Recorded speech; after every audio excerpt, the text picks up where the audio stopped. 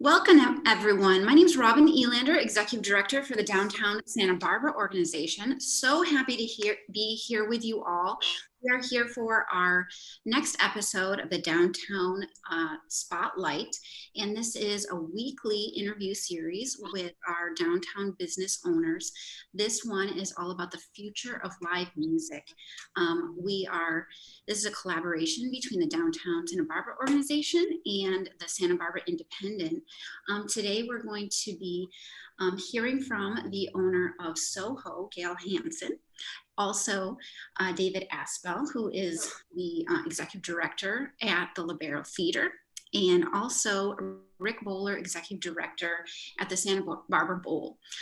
Charles Donelan, he is the arts editor for the Santa Barbara Independent, and he's going to be facilitating our show. So thank you so much for joining us. If you have any questions, please don't hesitate to type those into the chat, and I will get those to our speakers. And Charles, go ahead and take it away. Great, thank you so much, Robin and the Downtown organization. This has just been a fantastic series, and I've been involved once already, but this is a group that I have incredibly strong feelings about. These are some of my favorite people in the whole city. Three of the best live music venues in the world: SoHo, the Lobero, Santa Barbara Bowl, no question. And you folks responsible for more hours of fun and pleasure and great music in my life than I can count anymore. So just starting out, I want to thank you, all three of you, and your teams, for bringing us amazing music. I mean, you guys across the whole spectrum. I think I've seen everything from, I've seen the New York Philharmonic, but I've seen Jack White there too. I've seen, fabulous classical music, string quartets at the Lobero, but I've also seen, I think I saw the Smashing Pumpkins there once. And you did. I think that was a tough one. I should have brought earplugs. And then Gail, your place for me, synonymous with special occasions, including any Friday or Saturday night at SoHo, but also particularly, in the holiday season, I really miss SoHo being open.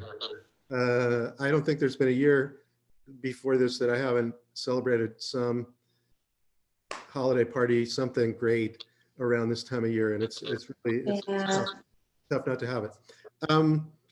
We're talking today about the future of live music, and also I want to connect it to what live music means for downtown Santa Barbara. So I thought maybe that would be the first question, is just to have each of you talk a little bit about how important you feel live music is to Santa Barbara, and in particular to downtown Santa Barbara. And Gail, you want to start? Sure. I think music is the utmost of importance for downtown Santa Barbara. If there was no music culture down there, it would definitely lose something. It has lost something because there hasn't been any music. Music brings people together from at different ages, different ethnicities, different everything. Music is a common language for all of us to share, and it does bring people together. It gives people fun. It pulls on people's heartstrings, and it makes you get up and dance. And I think there's music out there. There's live streaming, and there's YouTube, but it just doesn't give the same feeling as seeing it live. Live music is better, says Neil Young. Bumper stickers should be issued. So true. And you're in a cornerstone location downtown. Maybe, Dave, you could talk a little bit about that as well. I mean, I think one of the most beautiful things about Santa Barbara is that downtown almost is a venue, kind of a collective venue. The Arts District has this quality of surprise and discovery. And I can think of multiple occasions on which I have been at, I think that some nights I've been to all three. That's interesting. That probably isn't a lot of times. I've definitely been to SoHo after the Bowl. Yeah. And I've definitely been to SoHo after the Lobero.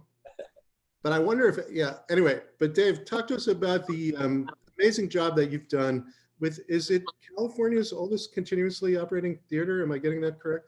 Yeah. The Lobero Theatre is the oldest running theater in California. The original building was built in 1873. The current building was built in 1924. So next February, on George Washington's birthday, the 22nd, we turn 148. That's nuts. It really is crazy, and it's something. I know it's kind of esoteric, but it gives us a lot of pride. I've been here for over 20 years, and the people who've been here, we're merely stewards. We're just the people who are here now. Knowing that there's this great history and there will be a great future ahead. We know that this is just our little turn at bat, if you will. And you're right. I think Santa Barbara is a venue. Downtown Santa Barbara, absolutely. I've been to SoHo after shows that I produced here. After Lowdown, I went to SoHo. So, in terms of how important is live music, I think it's everything to downtown. I enjoy the buskers. I want to hear music at the restaurant or the bar or wherever we are. Gail does a magnificent job of programming at SoHo. I mean, it's great stuff. And obviously the things that work in a 600-seat hall here is not what would work in a restaurant or, standing on a corner, but it's all part of that mix. And I think you have it exactly right. To stretch it a little bit, not necessarily just music, but the performing arts itself. Obviously music is a huge component of that, but very important. And Rick, one of the things I like to do with friends from out of town is take them to shows at the Bowl, right? Because it consistently blows their mind. Not only when they get there, but often they already are a little kind of freaked out because a lot of times we don't even drive. We just walk over there. Right. And they're like, are we going to get in an Uber? Are we going to? And I'm like, no, we're almost there. And they're like, it's in town. They're stunned. They have no idea that could even be possible. And then we get up there and they're like, and it's beautiful. It's like the scene in the movie, where the librarian has her glasses and her hair up and she takes it down. And they're like, oh, wow, look at you. Because they come around the corner there and from Anamahoon to Milpas, and they look up the hill and the next thing you know, you're in, I think probably, the country's most picturesque live music space, maybe. Yeah. Could you talk a little bit about the thing that you guys do, which, I mean, it's common to all three of you, but I think with the Bowl, it's particularly sort of extravagant, the level of performers that you guys bring in. Thank you for all the kind words. You guys words. punch above your weight, if that makes sense, with the bill. Yeah. The level of performers, because they don't play venues of the size of the Bowl. Some of them. We're very fortunate. Yeah, we're very fortunate here in Santa Barbara, and it's a community where we bring these large-scale events into this tiny little corner of town that really lies 6-7 blocks away from these other great venues, SoHo and the Lobero, and we transform what is 330 days out of the year, just a neighborhood, regular old-fashioned neighborhood, relatively quiet neighborhood, to a 5,000-seat concert venue. And part of that is all the experience of the arrival, the experience of climbing that hill that there's no other way around it. We're taking the shuttle up, taking the trolleys up, and then getting to your seat and arriving and just going, wow, this is really cool. We're in this corner of town. You can see the ocean. You've got the biggest band, your favorite band that normally wouldn't play a venue our size. So we're fortunate, and it brings to mind really the community aspect of it. When we talk about live music and how important it is, it's the highest priority, at least as far as what I feel. And that's from that performance in the park or somebody's backyard or whatever it might be, to just a few people, to the 5,000 seats at the Santa Barbara Bowl, and it just brings everybody together. And it's the artists, it's the patrons enjoying the performances, and just that positive experience and just vibing off of the creativity of the whole thing. And a bowl show has a kind of impact on the whole life of downtown that it's really noticeable. And I'm not just thinking, although I am thinking of when Jimmy Buffett shows up, you know, what it's like at Joe's at, Right. you know, 5 p.m. You know, but, and this is the same for all of you guys. There's nothing better, you know, than to swing by SoHo before hitting the Lobero. And then to come back afterwards, Right. or do any of our great habitual sort of routes that we all follow, you know, around downtown. It's just such a natural feeling way to go out and see people and enjoy ourselves. So I'm gonna segue though to you know, this other piece of this is what is the future, and I'm gonna get a little technical on this. I'm going to divide it up. I'm going to say, okay, there's a couple of futures we're talking about here. There's the future when we get back in whatever shape we do to doing what we've been talking about, what we were used to up until the pandemic. There's the future that maybe is not going to look like what we were doing in the past. That's going to look quite different. And then maybe we could even start just by talking about the future that is now, because I know all of you have actively worked to support the people in your lives, the people who work for you, the musicians that play in your venues. And maybe you could each just talk a little bit about some of the things that you've done right in this moment since March, since the shutdown, to kind of deal, because that's part of the future too. I mean, that's the beginning of the future, I guess, is the adaptations that people have made. Maybe Dave would start by talking about the live series, because honestly, I got to say, Dave, I am so impressed with the level of the production values on these live performances. I mean, that Charles Lloyd show is one of the greatest things I've ever watched on my computer. And let's not get into what else I watch on my computer. We'll just stay with Charles Lloyd. Okay, I'll avoid the obvious one. We're really proud of all of those. And quite frankly, we feel very comfortable that we can produce a show and present a live performance.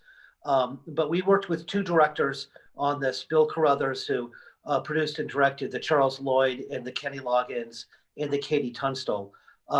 Magnificent job, a real cut above. I am so proud of all 3 of those shows. And the John Kay show that Chris Polonis from up in the Valley produced. It's just beautiful work. We have 4 shows that we can really hang our hat on, and we're really proud of that. It was a real leap of faith.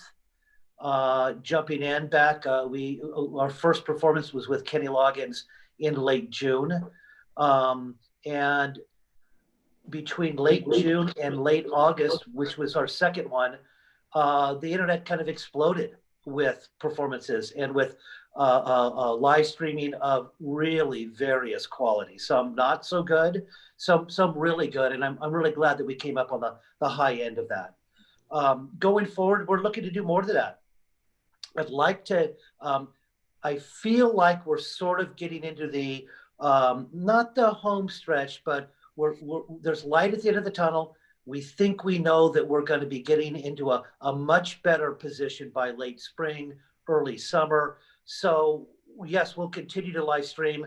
We'll continue to do things in the community with more of the community people going forward. We're right now, the opera is in our courtyard rehearsing Carmen, which will be a drive-in down in Ventura, the fairgrounds. You know, it was great to be part of the Pianos on State Street. I know that's a little thing, but it was magnificent to work with, again, the opera and Zach Gill on that. We have some things coming up, some educational programs with Derek Doguet, who's filming down in New Orleans at the moment. So that'll be happening in the winter and the spring.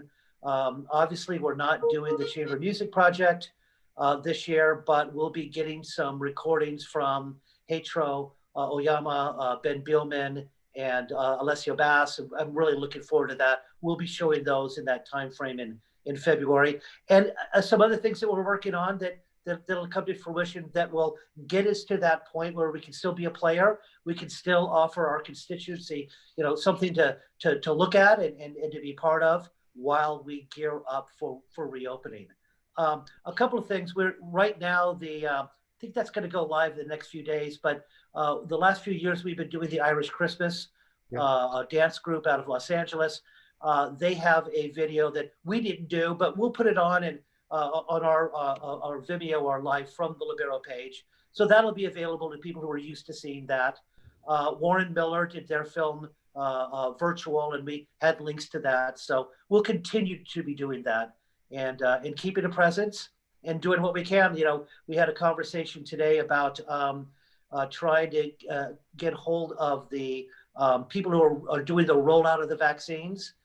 If they're looking for a venue, if they need a place, count us in. We're here for that. We'd be happy to do that. Oh, that's really it doesn't take long for me to look at my calendar and say, we're available. Pick a day, any day. So that's great that you mentioned the Pianos on State, because I associate that very strongly with what we were talking about earlier, the notion of downtown as a kind of venue. Right. And all three organizations, SoHo and the Bowl, right? You guys got pianos too. I went over to the Community Arts Workshop and watched them painting those things. And I think it's just fantastic that they found a way to keep that going. Gail, you also did some streaming. There was a benefit, and I think there was even, was John Kay did a concert for you, Deb, and he was also on your show. Right.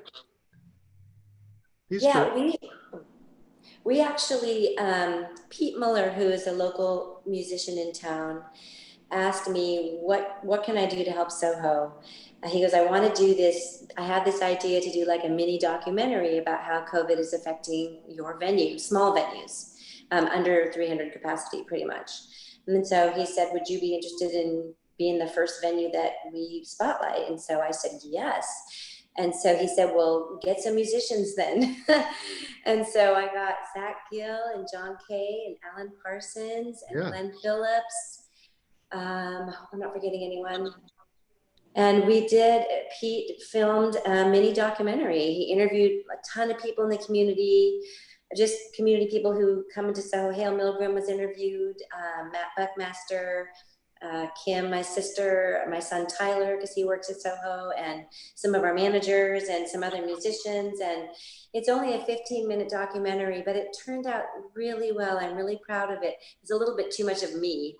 I wasn't intending it to be at all, but I wasn't the director of it, so I had no say. But it's on our website if anyone wanted to watch it. It's called Empty Stages, and it's Pete Muller. I'm very grateful for him. He funded the whole thing and produced it, and he showed it all around everywhere. And it's on our website if people want to watch it. It's only 15 minutes long. And so we did that, and then of course we did Pianos on State Street, and we did a live stream with Iration, which is a huge show for us because they usually play the bowl. And that was really fun. I was in the very back of the bar dancing, and it was just a wonderful feeling to do. And we've done a couple other local live streams. We've done a couple of recitals, like remote recitals. Karen Lytle, a songwriter, or a singing teacher in town, did a recital there just individually, and she filmed it. Bill Carruthers actually filmed it, and then they got to show it to their families, on YouTube or whatever. So we did that, and the Jazz Society is going to do some upcoming shows, live streaming.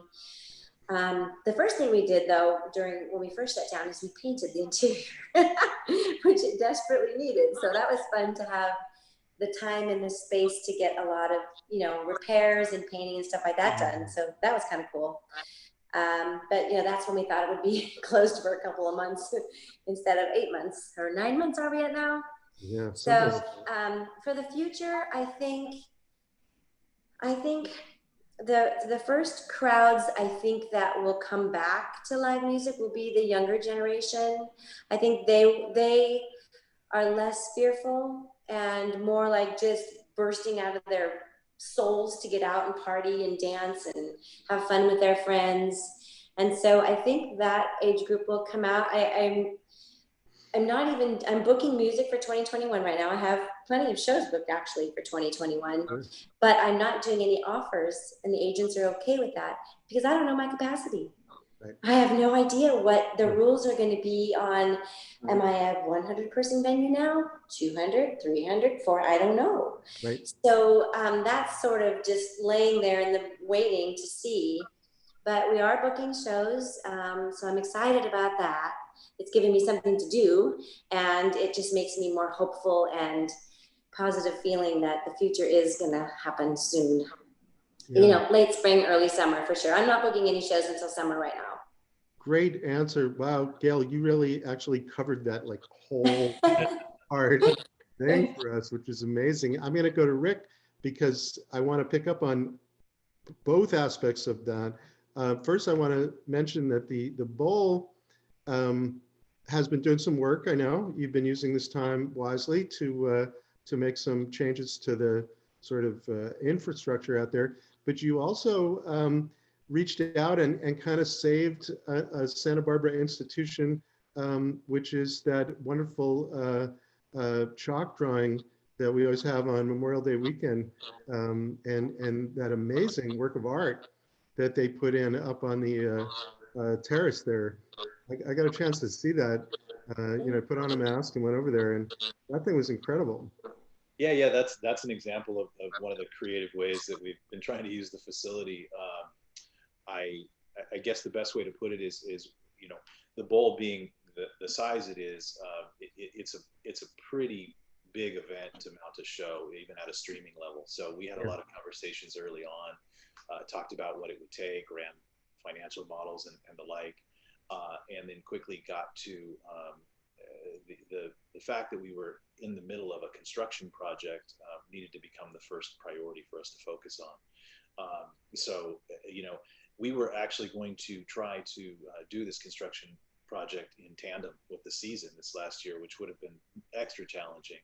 But what we've done is decided to really focus on mission related type of activities like renovation of the facility. So we went in and we completed the first 2 phases of a major 3-phase solar project that will eventually be completed in the next probably year. That will create a net neutral environment for the Bowl altogether. And then in addition, this capital project that Charles mentioned is a hillside restoration and storage project. Doesn't sound that exciting, but basically we had a landslide in the Bowl about 1.5 years ago, and it created a situation where we needed to shore up the hillside, and now this project is going to provide retaining walls so that it's safe moving forward, and then some storage area that'll allow us to accommodate future productions and the needs of artists and their you know, numerous amounts of equipment when they come in to visit. So, but in between, we've been doing things like working with Iman Nari and helping them. Right, Iman Nari. Iman Nari, thank you, and helping them pivot just like everybody else is doing and going virtual and creating. In this case, it was their large-scale sponsorship square, if you will, or illustration up on our overlook, and it still exists a little bit even this many months later. But it's a pretty cool reminder of where we're all at during this time. So, but yeah, that and then not to forget, you know, all the work that we're focusing on with our outreach program. So. Those are things that are keeping us busy from a building standpoint, but we haven't actually presented any events from the facility. Right. Yeah, and I understand that was a decision that, you know, you looked at it pretty carefully, and in the end, it just didn't make sense because of how expensive it is probably just to open the Bowl, even for something without an audience. Probably, you know, a whole different equation there. One thing that Gail brought up, which I think is a really interesting question. I know some of the people who I've spoken to knew that we were going to be on today were asking me about this, but maybe David Asbell can talk a little bit about thinking about coming back thinking about coming back at a maybe different percentage occupancy. I know you guys did a fairly extensive remodel, and I believe that in addition to, changing some of the things about the seats and the rake or whatever in the room, but did you redo the whole HVAC system? Like We did. Yeah, we did. As a matter of fact, that was in 2013. Yeah. Which doesn't seem that long ago, but it was Okay. 7 years ago. That was the first time that the Loberos ever had air conditioning, and the airflow in the Yes. theater had always been to that point really almost non-existent. When it got too hot, we would open the side doors. Sometimes I remember a few shows that during the performance we actually opened up the side doors in order to get some airflow in. So that was a major, probably the biggest single item expense with that renovation was getting the heating and air conditioning done. And that's good because that's part of your Right. reopen, right? Because if you couldn't demonstrate that you're circulating the air, I think you might have some issues going forward with the Right. It remains to be seen what kind of restrictions will be in place once the vaccine is widely circulated. Yes. I'm anticipating at some point, maybe not at the very beginning, but at some point, it'll be what we were used to before the pandemic. Mm-hmm. We could do shows with we could do some activity with a socially distanced audience or a 50% audience, which would be roughly 300 people. Not the shows that people are used to. It would be dramatically different programming. Yes. But we could be doing something that would be relevant for the community and would give us, again, some kind of a face to the community. But we're looking forward to gearing up so that we can have 604 people in the hall, and with our concessions out front. And I know that it's not that far away from doing that, and I anticipate that coming back fairly quickly. This is such an interesting question, and again, something that people have been asking me about. I associate this honestly with the bowl, but I know it's an issue for all of you. I think of the bowl though as being the place where the band has a rider. Rick, you know what I'm talking about? Oh yeah. And I'm wondering about those post-COVID riders. Are they going to say you need to check every patron's vaccine record before you let them in the bowl? It's just going to be a very interesting time. Forget about those green M&Ms. It's going to be a different world, right? Or when was said, have you certified that you're COVID-free? And when was the last time your bathrooms were sanitized? And did you bomb the stage? And yes, I can see that.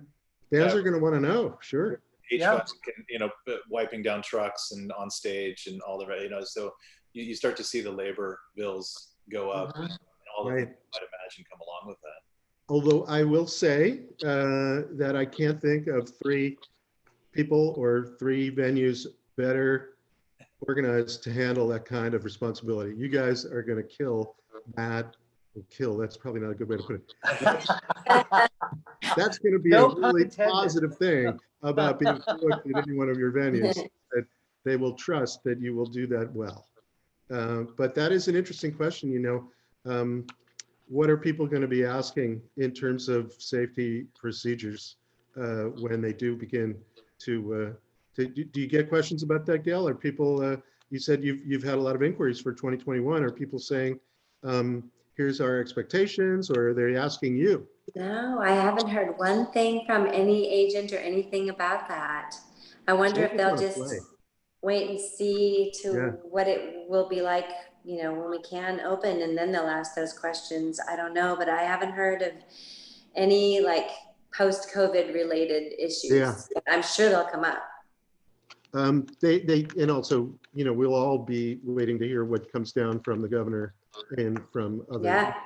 That's where the real instructions are going to originate for the most part.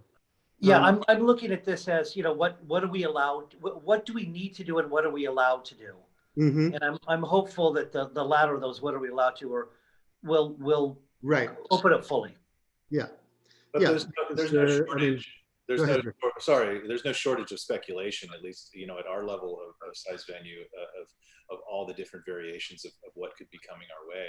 And I think what you're not hearing is because it has the ability to morph so many more times before we can get back open. Right. Just be patient Right.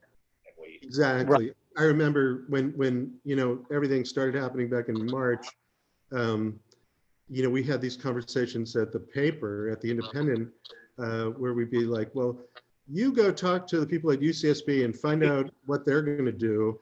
And those stories, they sounded like normal stories when we were assigning them. And then when you went to go report them, you realized that the questions were not answerable.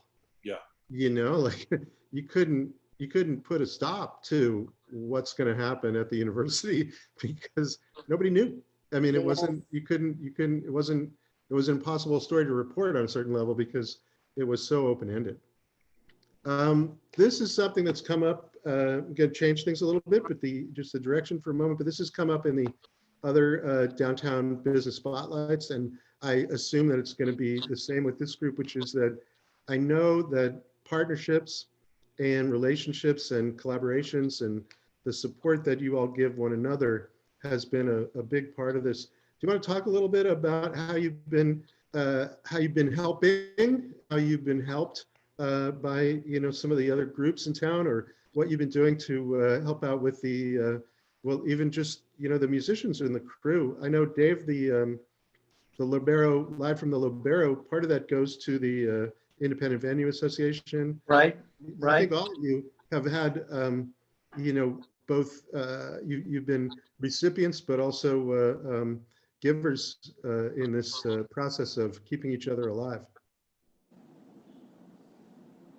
Yeah, I mean, I'm sorry, that wasn't a question. I mean, I think I could speak to the Yeah, please. priority of you know, collaboration and partnership. I mean, it's a high priority for the bowl, and you know, we've collaborated, you know, with Dave and his team many times, and you know, a great example is the Pianos on State program you each brought up earlier, and we obviously recently wrapped on that, and that involves, you know, community arts workshop, the Lobero, SoHo, Marjorie Luke, Center Stage. I may have missed, you know, one or two. I apologize, but that's a huge great example of tying everybody together in the downtown area from the performing arts side and venue side of things.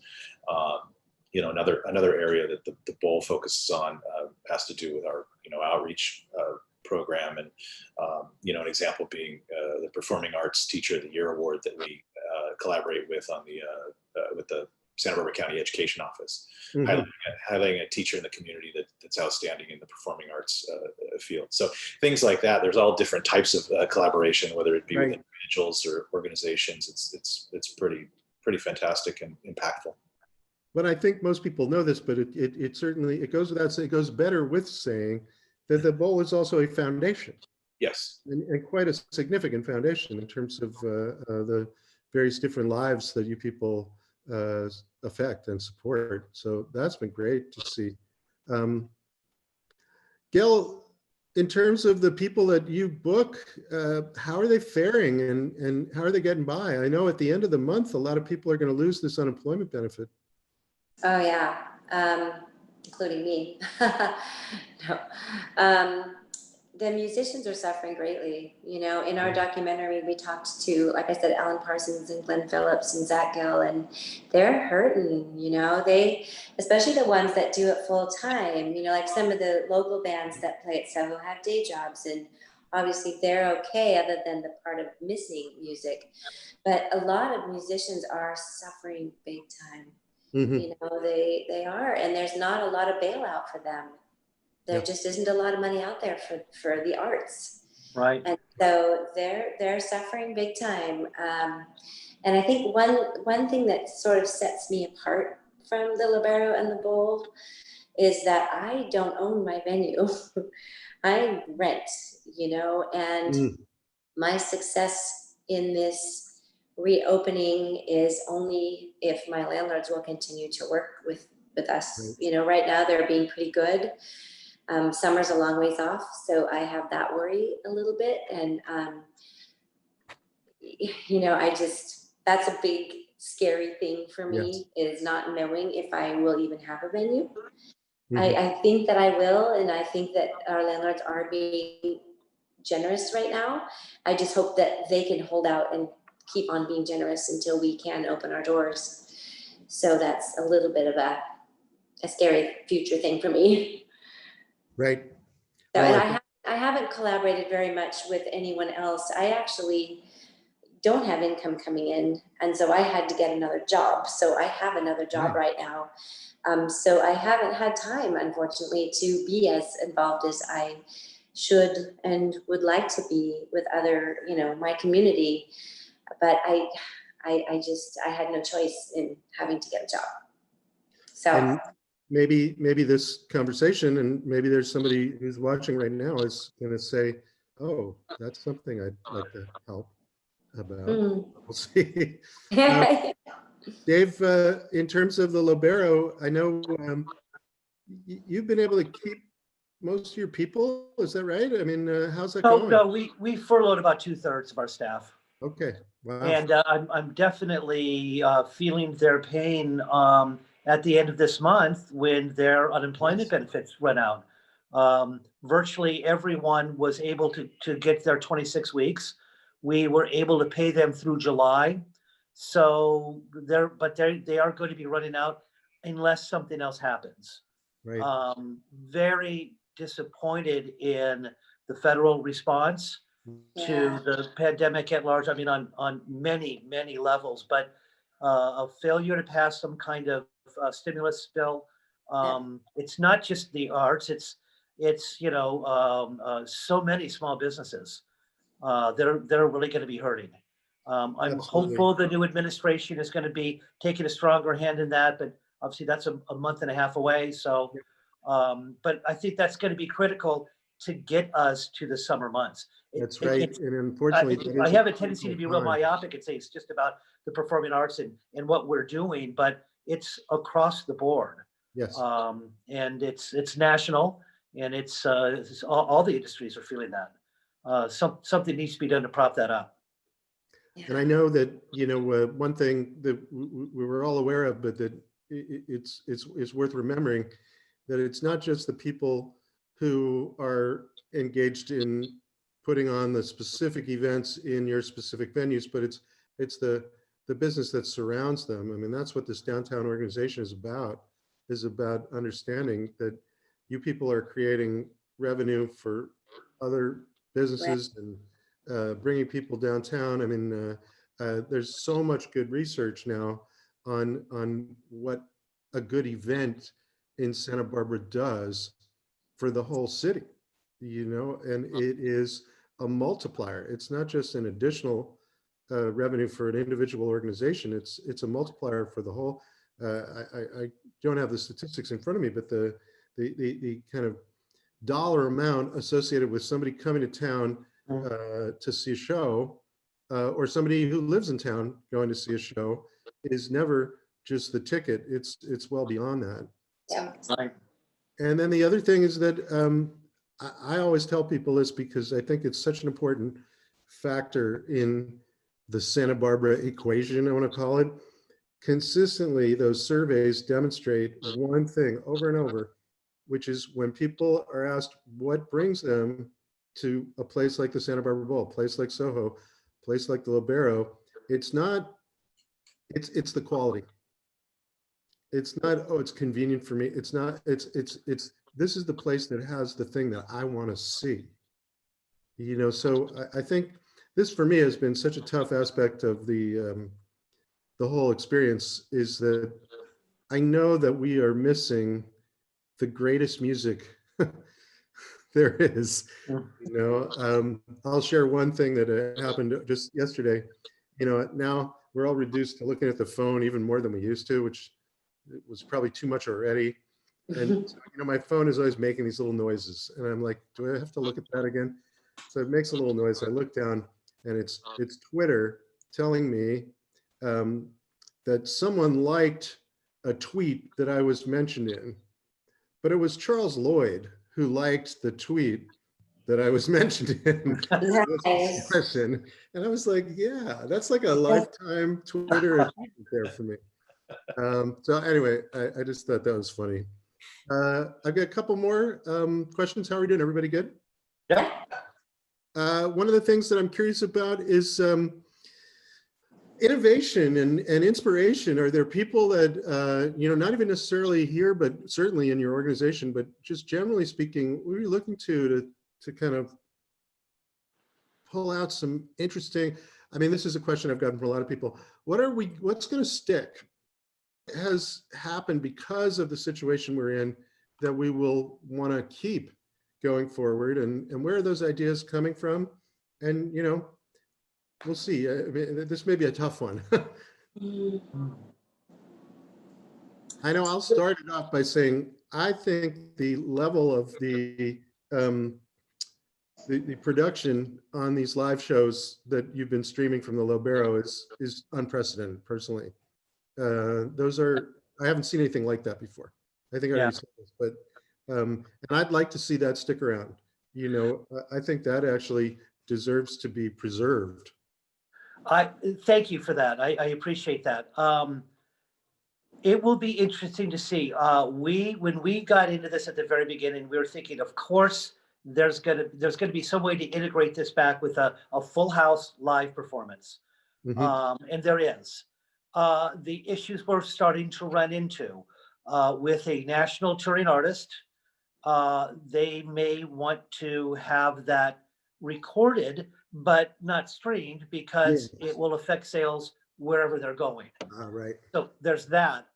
With the plethora, with the tremendous amount of performances that are able to be streamed for $10, $5, free, $15.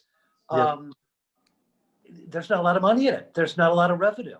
So there's going to be issues going forward. Yes. It would be, some things it's going to make a lot of sense. For example, maybe it's not a national tour, for a local artist, for local productions, that there might be some real value in Opera Santa Barbara, getting a high quality recording of a live performance that can then go out where they're not going to be performing. I can see how something like that might work out. State Street Ballet, the symphony, the youth symphony, getting a quality a visual with what they're doing. Youth symphony, that's a free event basically for the parents, but there's a lot of value with that. What the Music Academy might want to do. I think there's a lot of opportunity there. It's going to be different for some of our other events, whether or not people are going to want to create some competition for themselves. It doesn't seem to be that way, and there's a price tag with filming it, so that's not free. So interesting. Yeah, there's two topics there, and I want to separate them a little bit because I think they're both important.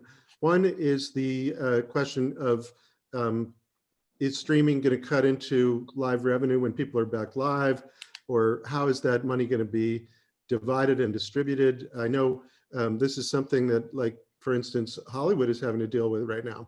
I mean, they don't know if they're going to be able to release these movies that they created for Christmas, these big tentpole studio productions. They're making deals with Netflix and whoever to share revenue and to move those things much more rapidly than they used to, from theaters only to streaming. So music is probably going to have to look at that, about how that might work.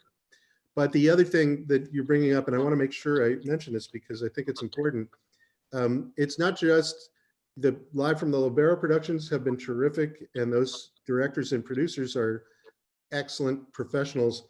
But I have seen an incredible response from musicians, from people whose focus has been in their life up until now being great on guitar or whatever. These people have reinvented themselves as filmmakers over the last 6 or 8 months, and some really good. So that's part of, I think, the silver lining is that resiliency that I've seen in the creative community. And it's across the board. Musicians are learning to make these videos. Dancers, the State Street Ballet has made some terrific videos. And I asked them, I was saying, like, did you guys know who knew how to do that? They were like, none of us. We figured it out. So there's something to be said for that. I think the quality of adaptation that I've seen among people who they just rose to the occasion. But maybe Rick, you might be able to give us some insight into this question for these large tours and what the large operators too. I mean, this must be a really interesting time to be trying to figure out what's going to happen next for the folks at Golden Voice, for example. Well, yeah, I mean, and we're communicating regularly, and again, I go back to the speculation and the uncertainty. So there's a lot of theorizing about what's to come, and how that will impact us all financially. Whether it be streaming and the art, because the artists need to meet their needs also. It's just we don't know yet. I mean, and I keep going back to that mantra of we don't know, because everything keeps evolving. So until we can start to get those offers out there and put those shows out and know what we're dealing with on the ground when the shows are happening, we're just going to have to talk about it and wonder what that looks like. In the past, it was a pretty simple process. There were things that came along with streaming. There were things that came along with recording, from a cost standpoint and a labor standpoint. But I'm not sure if that'll loosen up or if it will become more restricted down the line. It's hard to say. Right. Yeah. It's definitely an unknown. Yeah. One thing I will say that I think is a known is there is so much pent up demand for what you people do. Yeah. That is the number one thing that I hear from absolutely everyone. We're getting emails. When are you going to open? We miss live music. It's not a question. People are not asking me, do I feel like going to another show? No, they know they want to go to another show, and they want to go soon. And I'll say right now, just speaking for myself, I will be there on the first night that any of you folks are open. That is something that I am just so ready for. Maybe there's some people you want to thank, or some things you want to leave for who's watching that you feel like it will be important for them to hear. Some kind of takeaways that you want to make sure people hear before we sign off today, because this has been a great conversation. And I don't mean to stop it right now, but I'm just acknowledging it means a lot to be able to spend time together and to share this level of concern and expertise that I get from all three of you. I can tell you're on it, and that we're going to get there, whatever it is, wherever it is. Well, we know where it is. We're going to get there. When is the big issue. Yeah, that's a little different. But when and how, I guess. But go ahead, Gail, maybe, what would you like to leave people with? Are there some things that you would hope everyone would know and appreciate about where we're at and where we're headed?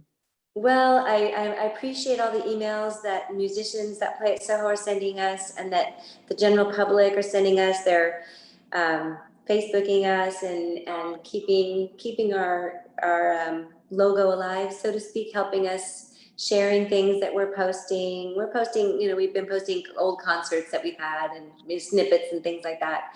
And I'm just really excited to welcome all those beautiful faces back into SoHo someday. And I just want everyone to know that we're going to do it. We're going to be there for you, and we'll be dancing together again soon. Yes. Yeah. I'll be on that dance floor with you. Because I don't think we have all three of you and your organizations have done a terrific job with the social media during this crisis. I have felt like through that I have remained connected, and that's an accomplishment. And I know it took effort. Yeah. Can I do one more really quick thank you? Of course. I want to thank you to my two managers, Alec and Alex. I call them my A team because they are the A team. And they've been sticking with us doing the social media and anything we've asked them to do. They've come and helped us paint the place. I mean, my two managers have been amazing. I don't know if I'll still have them when we get to open. They may have to get jobs of their own. I know Alex already has. So we'll see, but I'm really, I couldn't have gone through this without them. And my son Tyler has been great too. He's been just the one doing all the NEVA, keeping us in the NEVAs and the Save Our Stages, and keeping us, and Alec has been doing a lot of that, and Tyler's been applying for all the, the PPPs and all that stuff. So, the stuff that I really can't do because I'm actually working another job. So they've been saving me. Awesome. Thank you, Gail. Mm-hmm. And Charlie, I do want to save some time at the end for a couple questions that have come up. Oh yeah, absolutely. How about, can we feed them in now? Do you want to? Sure. Sounds good. So a couple things, some comments came in that we have some, it's looking like we might be able to have our Save Our Stages getting added to the NIVA. And so that's part of the latest 900 billion stimulus bill. So that's from one of our participants, Yes. Warner Anderson, who's a big mover and shaker in the event community. And then also from another person, he's curious if there may be some hybrid events, so possibly like live in venue and then delayed tape streaming where there's a separate price, and what you all think of that, and if you expect that to be happening. Mm-hmm. Yeah, I'm not sure. I mean, we haven't gone down that path, and I'm not sure what the market is for it, but I think you could get to a point where if you were in a position to do reduced capacity events, you might be able to maximize on streaming it in addition. The price point is what comes to mind, though. And that's, I mean, those that have done it, Dave, we've talked about price points and how you guys got there and how that's worked out. It's just what works for an in-person event and a future live stream event. I'm not sure. Then also a question or an offer. Someone is interested, they have a lot of time, maybe they are not working right now either, or they just are offering some time. Do you have anything that you need help with? You've got some volunteer offers here, so take this opportunity to share any areas that you need some support with. That's nice. Yeah. That is so sweet, though. Something to think about and share with the community later. Right. And Great. then also, I heard this morning after hearing the governor's presentation that there may be some additional grants for cultural institutions. There will be some additional relief really coming out and some opportunities to apply as soon as next week. So I think there's a lot coming over the hump here. We're still in a very challenged situation, but I do see a light at the end of the tunnel, which feels very good. But because performing arts is our cultural identity for our community. So it's really great to hear what you all have been working on and what you are moving towards, making sure that we can get back open safely when we can. I also saw in the chat that somebody mentioned the UCSB Arts and Lectures, and I know they're not necessarily. Well, I think they do collaborate with these venues to some extent, but they have made a really strong effort, and it would be remiss of me not to mention their house call series and the fact that they've proceeded, and really stuck with the idea that Santa Barbara is an internationally known place for culture, and one of the things that's been fun about, I've helped them a little bit doing some of this kind of stuff with these house calls events, is to see people tuning in from all over the world to see events that they understand as originating here. So that might be something else to consider. Dave, I bet you got some people from outside of Santa Barbara. I know you did for the John Kay. Yeah, we had, with our streaming, all 50 states and 29 countries. Wow. Yeah. Yeah. Huge. That's You amazing. can't really take that to the bank, but it's nice to know that people know our name. That's awesome. Dave or Rick, final thoughts, things that you would hope people would remember about where we're at and where we're headed? I'm getting more optimistic. I've never really been accused of being too pessimistic anyway, but we're going to get through this, and we're going to get to the other side. It's obviously the vaccine is the game changer, and I'm looking forward to that day. I really am. Knowing the closer we get to it, the more excitement we're going to have. Mhm. I think you're right. There's a lot of pent up demand. A lot of people want to do a lot of things, and I know there's what Gail was mentioning. The artists have been particularly hard hit. They're going to want to get back to work too. So Yep. it's going to be exciting. Yeah. Yeah. I can't wait. I think I'll just add, that we at the Bowl are grateful for our donors, our board of directors and committee members, of course, our staff that have hung in through all of this and been creative and productive and positive is most important in all that.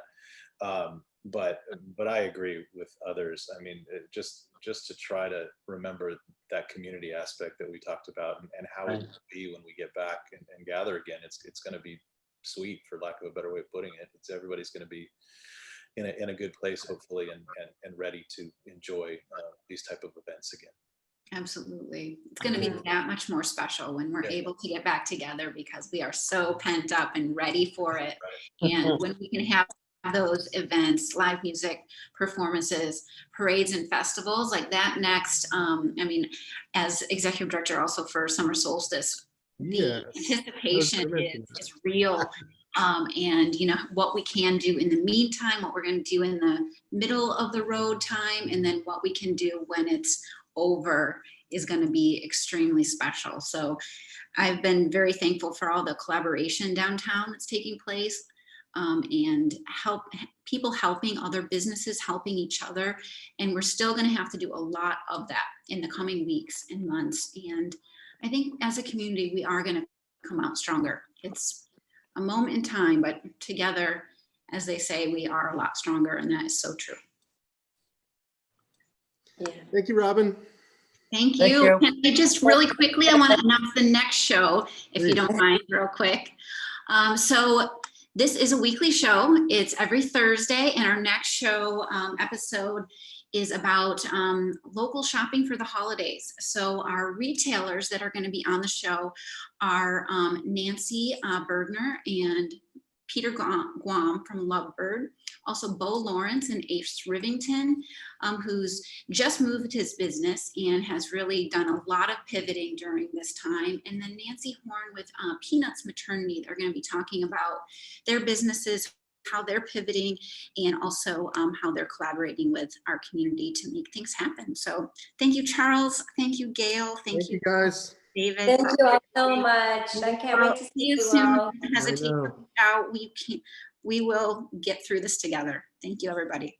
Thank Thanks you. to our audience as well. Okay. Thank you. Thank you. Bye. Bye, guys.